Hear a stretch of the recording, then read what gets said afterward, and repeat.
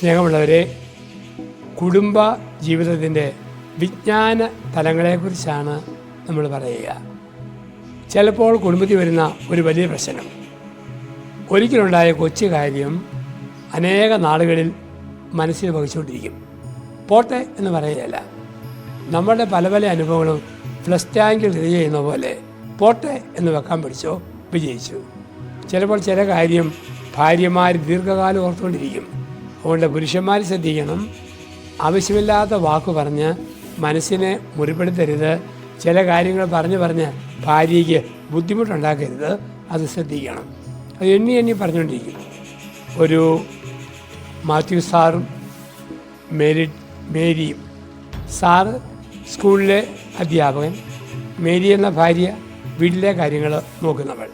ഈ സാറിൻ്റെ പ്രത്യേകത, എന്ന് പുറത്തു പോയാലും തിരിച്ചു വരുമ്പോൾ അന്ന് കണ്ട കാര്യങ്ങൾ, അന്ന് കേട്ട കാര്യങ്ങൾ ഭാര്യ മേരിയോട് പറയും. അത് സ്ഥിരം സ്വഭാവമാണ്. ഒരു ദിവസം മാത്യു സാറ് വൈകുന്നേരം 4:30 വീട്ടിൽ വന്നിട്ട് പറഞ്ഞു, എൻ്റെ മേരി, സ്കൂളിൽ പുതിയൊരു ലില്ലി ടീച്ചർ വന്നിരിക്കുന്നു. ഒരു ലില്ലി ടീച്ചർ, നല്ല നീണ്ട മുടി, തക്കാളിപ്പഴത്തിൻ്റെ ചുമപ്പ്, പക്ഷെ മുഖത്തെല്ലാം പൊട്ടിയ കാര, ചെറിയ കുറ്റിമീശ. അതുകൊണ്ട് നമുക്ക് ഏതാണ്ട് പോലെ തോന്നും.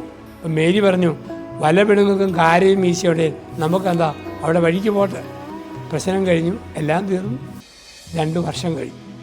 ഒരു സന്ധ്യയിൽ മാത്യു സാറ് കൈനിറ്റി ഹോണ്ടായി സിറ്റിയിൽ പോയി.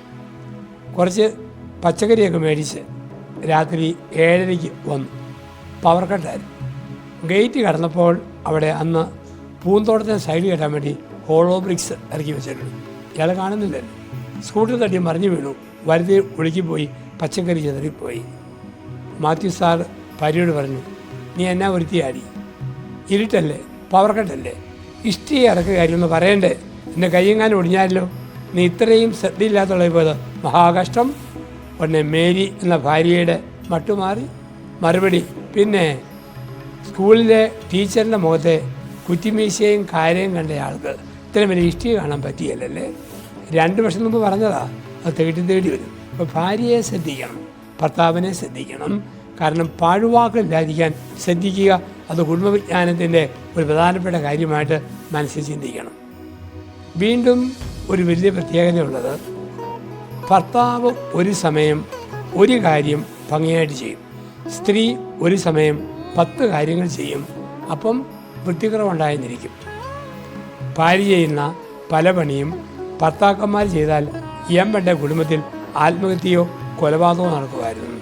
എന്തെല്ലാം കാര്യങ്ങളാണ് ഒരു സ്ത്രീ ചെയ്യുക. ഭർത്താവ് ചെയ്യുന്ന ഒന്ന് ഭംഗിയായിട്ട് ചെയ്തു പോകും.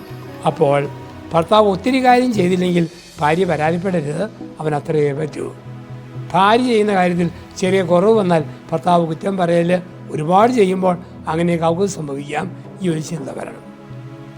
മറ്റൊരു വലിയ വ്യത്യാസം കുടുംബത്തിൽ വരുന്നത് പ്രാർത്ഥനയുടെ കാര്യത്തിലാണ്. ആണുങ്ങൾക്ക് സ്വഭാവത്താലെ പ്രാർത്ഥിക്കാനൊരു മടി, പെണ്ണുങ്ങൾക്ക് സ്വഭാവത്താലെ പ്രാർത്ഥന കുറഞ്ഞാൽ ഒരു പ്രയാസം. ഇവിടെ മനസ്സിലാക്കണം, ആണുങ്ങൾ പ്രാർത്ഥിച്ചില്ലെങ്കിൽ ഭാര്യ നിർബന്ധിക്കണം, പ്രാർത്ഥിക്കാൻ വിളിക്കണം. ഇനി അല്പം കുറവ് വന്നാലും വലിയ പരിഭവം വെക്കരുത്. ആ കുറവും കൂടി ഭാര്യ നികത്തണം. ഭർത്താവിൻ്റെ കുറവ് ഭാര്യ നികത്തണം. അത് പരസ്പരം മനസ്സിലാക്കി കഴിയുമ്പോൾ ഉൾക്കൊള്ളാൻ പറ്റുന്ന ഒരു വലിയ മേഖലയായിട്ട് മാറും. കുറവുകളെ പരിഹരിക്കുന്ന, അതിനെ തിരുത്തുന്ന ഒരു ദാമ്പത്യ ജീവിതം. ഇനി ആണുങ്ങൾക്ക് മനക്കെട്ടി കൂടുതൽ, പെണ്ണുങ്ങൾക്ക് മനക്കെട്ടി കുറവ്. ഭാര്യയെ ഭർത്താവ് കൂടെ നിന്ന് ധൈര്യപ്പെടുത്തണം, ബലപ്പെടുത്തണം. ഭർത്താവിൻ്റെ കൂടെ നിന്ന് ഭർത്താവിൻ്റെ മനധൈര്യമുള്ള തീരുമാനങ്ങളെ ഭാര്യ പ്രശംസിക്കണം. പക്ഷേ ഭാര്യ ചെയ്യുന്ന അവൾക്ക് എന്തെങ്കിലും ടെൻഷനുണ്ടോ, ആ ടെൻഷനിൽ കൂടെ നിന്ന് ബലപ്പെടുത്തി ഉറപ്പിക്കുന്ന ഒരു ഭർത്താവാകണം. ഇതാണ് കുടുംബത്തിൻ്റെ വിജ്ഞാനത്തിലെ പ്രധാനപ്പെട്ട ഭാഗം. ഇങ്ങനെ കുടുംബത്തെ ബലപ്പെടുത്താൻ, കുടുംബജീവിതത്തെ ബലപ്പെടുത്താൻ ദമ്പതികൾക്ക് കഴിയട്ടെ. അതിനുള്ള ശ്രദ്ധയും കരുതലും സൂക്ഷിക്കുക. ഈ ചിന്ത ഈ ദിവസം ഹൃദയത്തിൽ സൂക്ഷിക്കാം. നന്ദി, നമസ്കാരം.